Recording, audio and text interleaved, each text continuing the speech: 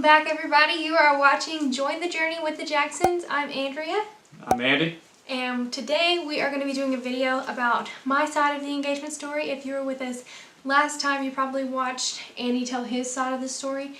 So we didn't want to fit that, like both of our sides, in like a super long video because that'd be like 45 minutes. Right. And who wants to do that? Yeah, so we are thinking of you and decided to make this into 2 videos. I have not really thought about what I'm going to say. I should have planned this out.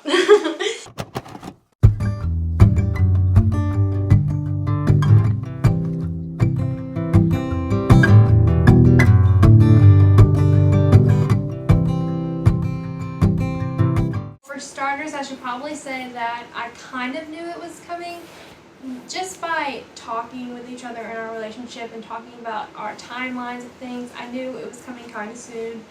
I just didn't really know when, but I will say I was wanting to go to a reunion for this place, this summer camp that I worked at, and so I was talking to him one Saturday and I was saying, I really want to go to this reunion, and you're like, what are the dates? That sounds so cool. and then I told him the dates, and then he started getting all like awkward and secretive. He was like, maybe you should stay back. I'm off that weekend. Maybe you should stay. and I was thinking in my head, that's a little weird. I feel like in other circumstances he'd be like, Yeah, you know what? You go. You should. You have so much fun. but he was like, Maybe you should stay. so I had a little bit of an intuition of thinking it might be happening, and I was right.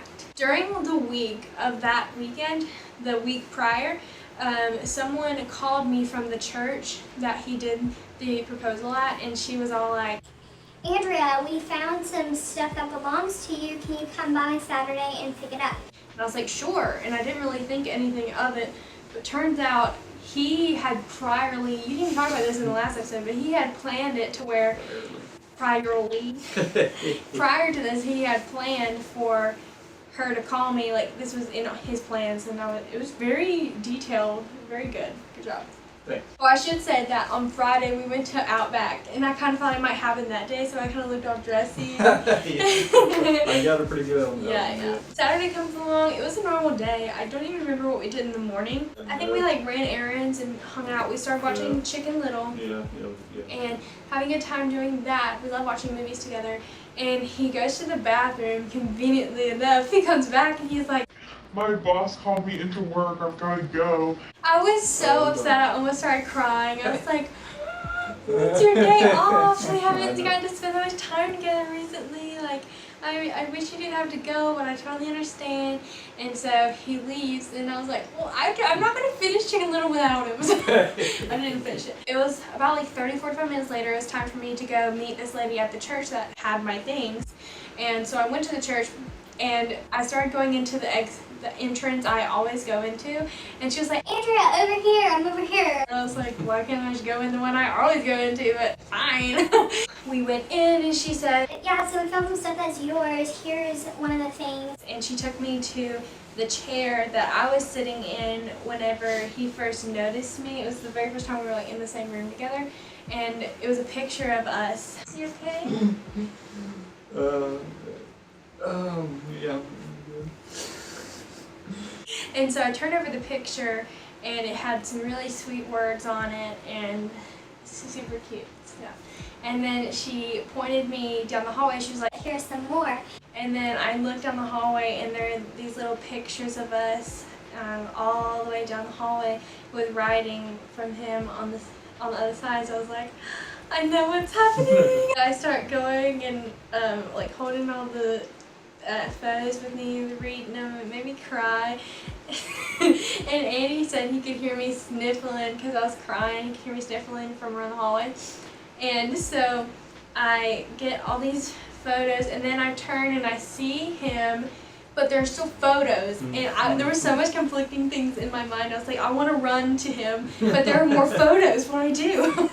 So I just ended up doing the photos. I was like, well, I'll just stick with his plan. It led me to him standing with a bunch of rose petals around him, and and it was in the spot where he asked me out on our first date, and that was when he was like, Got any lunch plans? honestly, the rest is kind of a blur. Like, I don't remember everything. I just remember it being so sweet, everything that he said. I just remember feeling so, it just felt like we were in a movie. It was kind of just like, this can't be real. That's how I felt. After I did it, you know, it was kind of like the world just kind of stopped, time just stopped, and the only thing that really mattered at that point was me and her. So it worked out the way I wanted it to. One thing that I really remember about it was he got me, the ring box was emerald green, which I love emerald green, so that was cool. He didn't get to choose that, No, it just it came just like had to be that. that way. So normally ring boxes are hinged like this, but this ring box is like in half, so it comes open. Pulled apart. And so I didn't know what the ring looked like, and so he gets down on one knee and I don't know, said, "Will you marry me?" and shows me nothing. Like, he opens it and the ring was not there. Yeah, I was freaking out pretty hard. I was like, "Where is it?" I was freaking out pretty hard. And he was like, "Oh," and he turned it around. It was in the spot that was in the upper hand. So he just turned it around. And then I remember like being like this and I was crying so hard. I cannot remember the last time I have cried that hard. And I was saying, I think I was like, yes, yes, yes. And, but this is kind of embarrassing. I was crying. You know how when you cry so hard, literally snot comes out your nose? Mm-hmm. So I was crying so hard that snot was drooling from my nose. And I was like, he was bent down like on one knee. And I was like looking over at the ring. And literally like snot comes onto the ring box. And I remember like before he even got it on me, I was like, I got snot on it. Do you remember that? Now that you mention it, I did, but I'd forgotten that. Yeah. It's interesting how we both have we're in the same experience together, but we remember two different things. That's so interesting to me. Yeah, and so he got up on off of his knee. Yeah, and put the ring on, and I remember he picked me up and we were hugging. It was so sweet. And then I just had to blow my nose for like 10 minutes. Yeah, I was crying like crazy. She kept on apologizing and all this stuff. I'm like, why are you apologizing? I don't even remember that. Apologizing for crying? For like so much snot and so forth. Oh yeah. And then so after that, I remember just sitting. You're like, let's just sit down. And so we sat down and just held each other, and it was just, I don't know, so much excitement and pure joy and love. It was just a really great moment. And then we decided to take a couple pictures. We only have a few. We took a picture in front of the place where he asked me, and yeah, that's about all the pictures we have, which I know some people get, what are they called?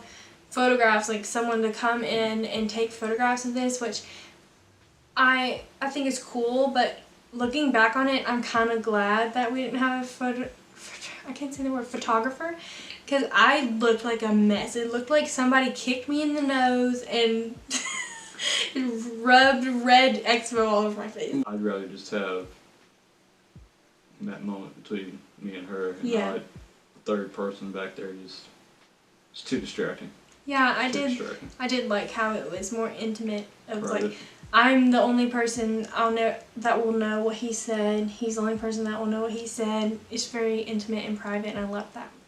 And so, I couldn't drive. I was crying so much, and so we drove in his car, and we were going to my house, but we passed. Once we got to my house, no one was there, and I was like, that's weird. So he said, let's just keep driving. So we kept driving.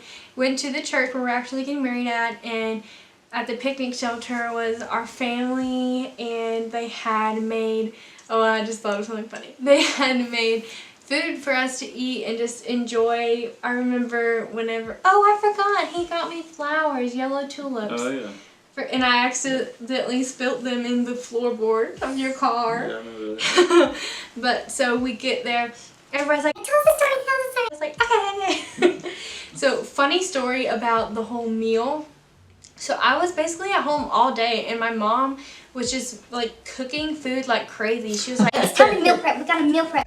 she was like, I got to meal prep. all this stuff, and I was like, yeah, she meal preps, but she does not go crazy like that meal prepping. So I thought that was a little weird, but I didn't really think much of it. And Jessica and Derek, who are my sister and brother-in-law, literally came over to my house so that Derek, my brother-in-law, could spice the beans because my mom couldn't do it, and I didn't even know that was why they were over. Like, but this whole day they had been making food for this event at the picnic shelter.